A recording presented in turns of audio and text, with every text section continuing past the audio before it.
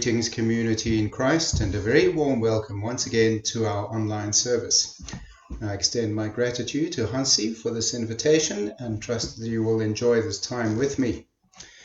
We begin this evening with a prayer by George Appleton, former Bishop of Jerusalem in the Anglican Church.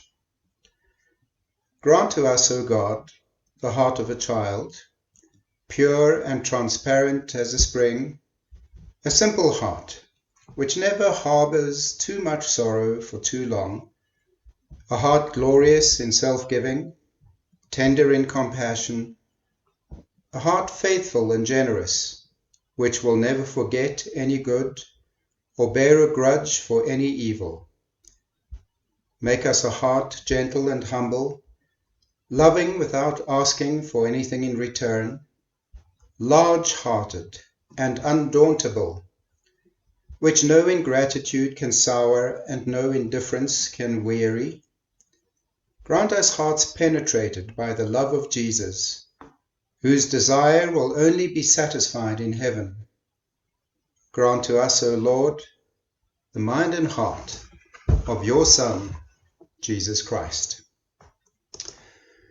Friends, as things stand at the moment, we have many reasons to have lost happiness. The COVID pandemic that swept the world and still lingers today has sucked out a lot of joy. And just as we emerge out of this malaise, we hear news of the war between Russia and the Ukraine and the devastating suffering and injustice that has brought upon the people. And of course, the commensurate worries about world economies, the knife edge we're on in terms of a bigger war that could very easily sweep over into NATO, European countries, and most dangerously perhaps the United States and China.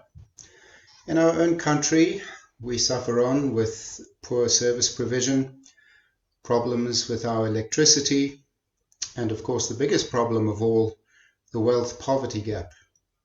There are all sorts of reasons for us to lose joy, and it has been noticed, and I've noticed particularly in my environment, that people have become joyless.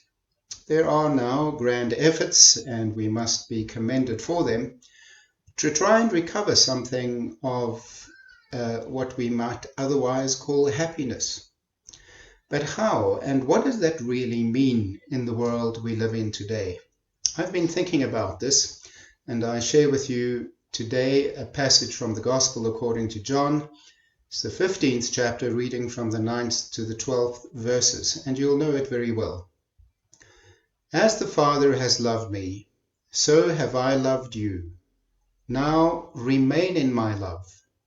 If you keep my commands, you will remain in my love, just as I have kept my Father's commands and remain in his love. I have told you this so that my joy may be in you and that your joy may be complete. My command is this: love each other just as I have loved you. We tend to gloss over passages like that to some extent because they are so familiar and so often read. But more consideration brings deeper thoughts to mind. Some time ago in the USA Today, this was in the 12th of August 2002, 20 years ago, psychologist Marilyn Elias reported that psychologists now know what makes people happy. It was a definitive answer, and of course the minute we read that we become immediately suspicious, and with good reason. Anyway, according to her resource and her research, the happiest people surround themselves with family and friends. They don't care about keeping up with the Joneses. They lose themselves in daily activities. And most important, they forgive easily. Now, having read that is indeed good advice, and it should be taken to heart. If only we could commit ourselves to those kinds of values. The University of Illinois psychologist, similarly, a man by the name of Ed Diener, says that life satisfaction occurs most often when people are engaged in absorbing activities. So there's that. When we give our minds fully to something like watching a movie, we forget the reality around about us, and that helps us to relieve some stress. But is that escapism or is that happiness? He does concede that this causes us to forget ourselves and lose track of time, and it reduces anxiety.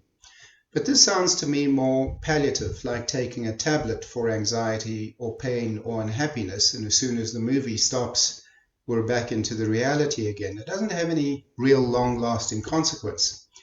So since then, scientific research has exceeded the reach of some of these soft-cover psychologists that we see so often lining the windows of bookshops. And a little more serious research has taken place to locate the true source of a deeper and more lasting happiness, more authentic happiness, if you will. And it seems to be honed in on four basic and, dare I say, more biological principles, physiological principles rather than just conceptual ideas. The first one, rather unintuitively perhaps, says that if we seek out intense experiences, we are more likely to find meaningfulness and value in our lives, which naturally then cultivates a sense of inner satisfaction, a happiness that is perhaps a fuller and more wholesome happiness than circumstantial, superfluous, or temporary moments of joy. What this means is that there are certain kinds of experiences which need not necessarily be pleasant.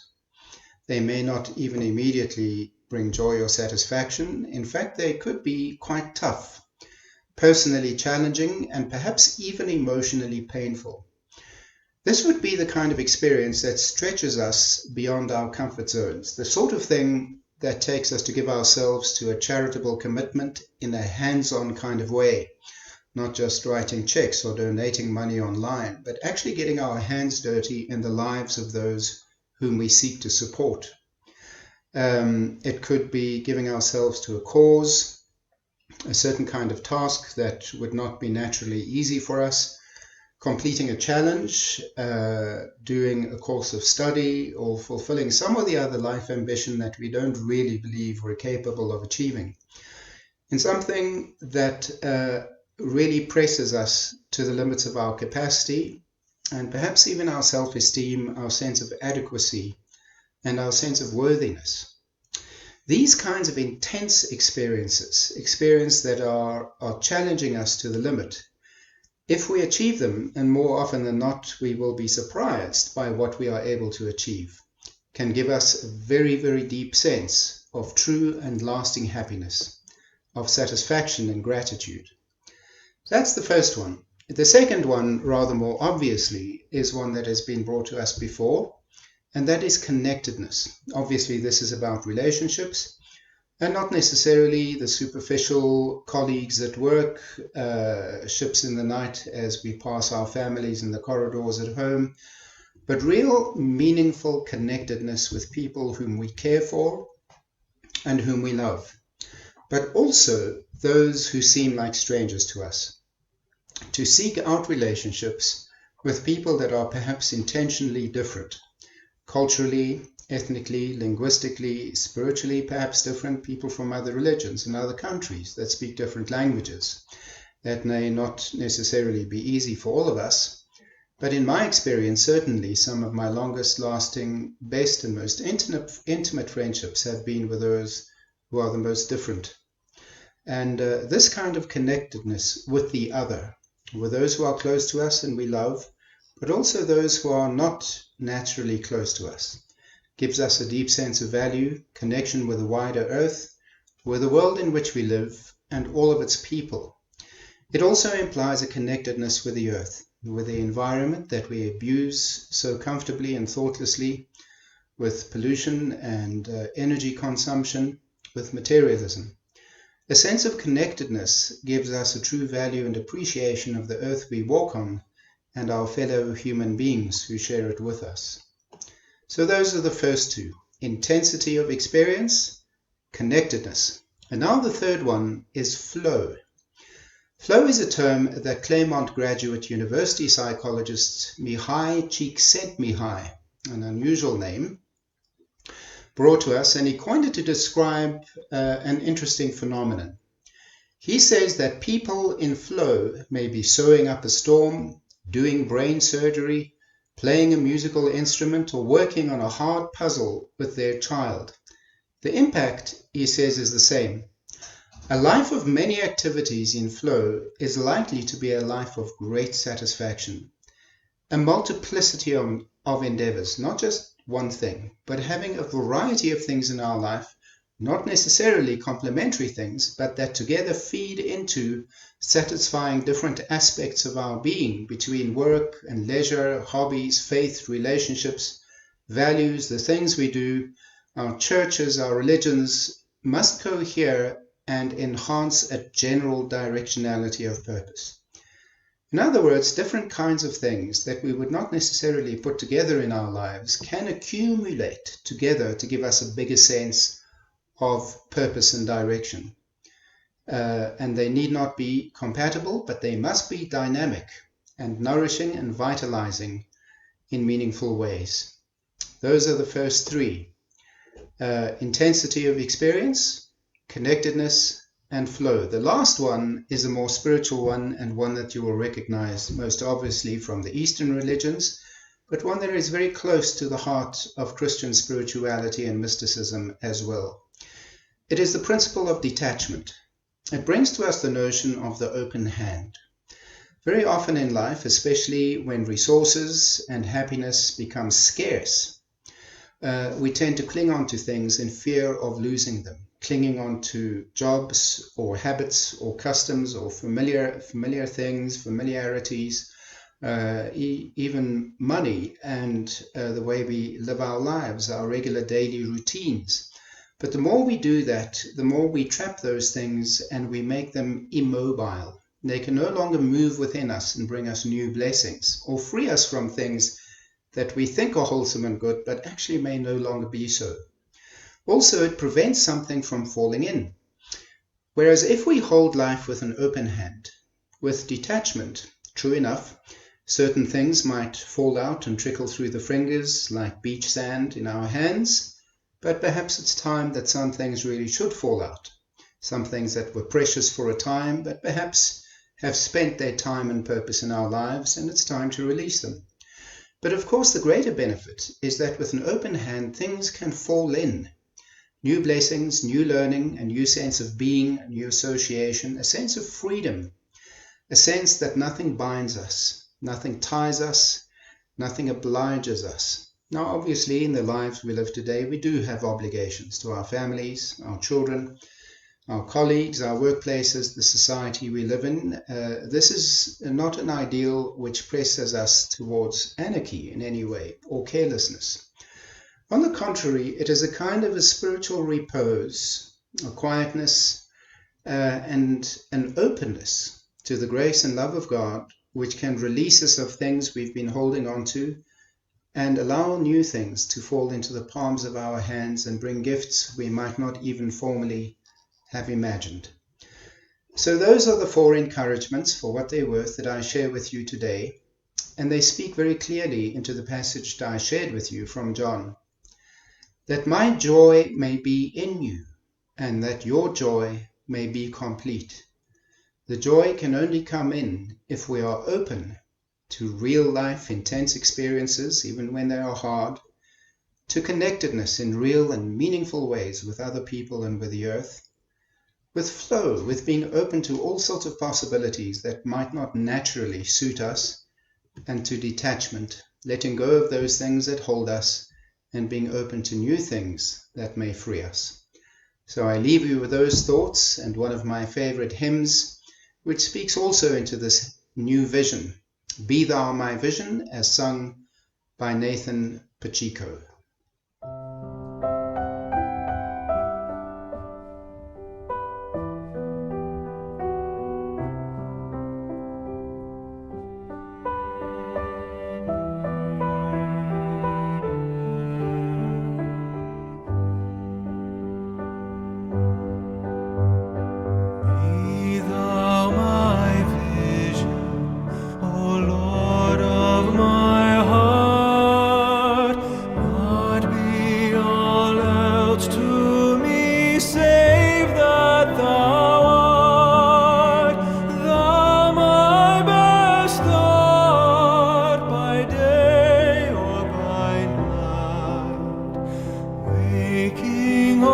sleeping, thy presence my life.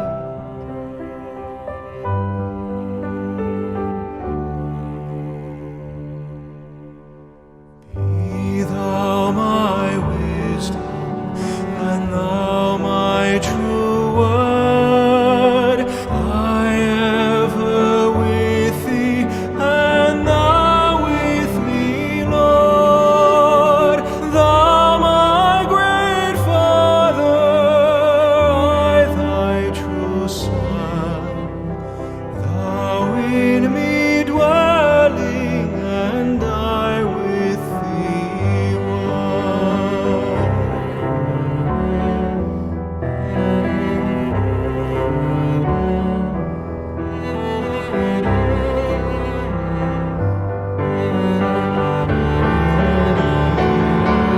My King of heaven, my victory won, may I reach heaven's joys, oh bright heaven's sun. Heart of my own heart, whatever befall, still be my vision, O ruler of all.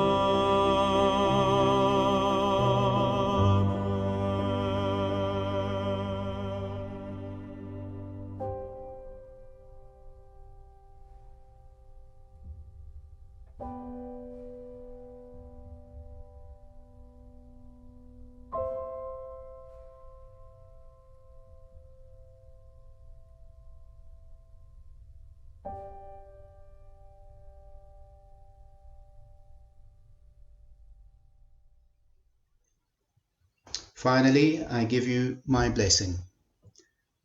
God grant to the living grace, to the departed rest, to our nation and to this broken world peace and concord, to us all your servants the promise of everlasting life, light to guide us on our way, courage to support us, and your blessing to unite us in service to you, our fellows, the earth and God.